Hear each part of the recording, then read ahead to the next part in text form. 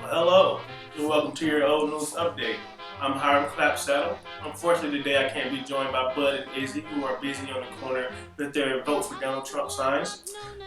First, let's shout out to our sponsors: Eagle Crest Retirement Community, 1501 East Magnolia; Headley's Clothing, 1829 South 9th. Speaking of Headley, I believe they're closing. They're running out of their business will be closing by the end of October, so please go down and support them before it closes. And Smoky Hill Museum, 211 West Iron. And now, topping the headlines for yesteryear. We're going to go back 25 years ago. Kelly Hart, superintendent of El Salina School District, officially announced his resignation Monday to the school board. He was hired in 1989 to replace former superintendent Bill Walsh, who resigned to move to Indiana. A retirement superintendent, when he was hired, Hart told the district he would serve for 2 years. Also Monday, the board approved expanding high school football, expanding the high school football field after this season to prepare for the move to 11-man football because of a growing enrollment. That's pretty ironic. Just 25 years ago, they were playing 8-man football in the National League. Pretty glad they moved up to that. We're going to jump back 50 years ago, October 11th, 1966. School board members of USD 305 approved a major purchase and considered a major step Monday afternoon.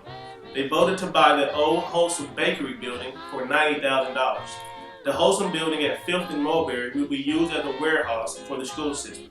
Equipment housed in it will include educational materials, classroom furniture, and maintenance supplies.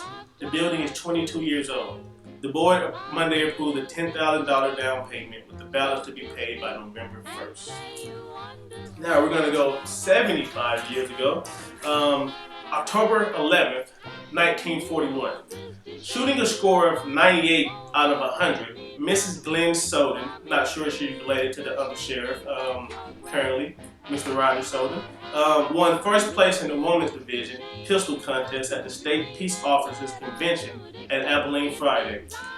15 women competed in the contest, firing .22 caliber pistols from 25 yards. Mrs. Elmer Hoskins made a score of 94.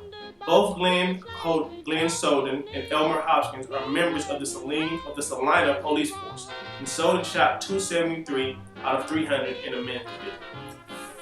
Now we're going to go back to about a century ago.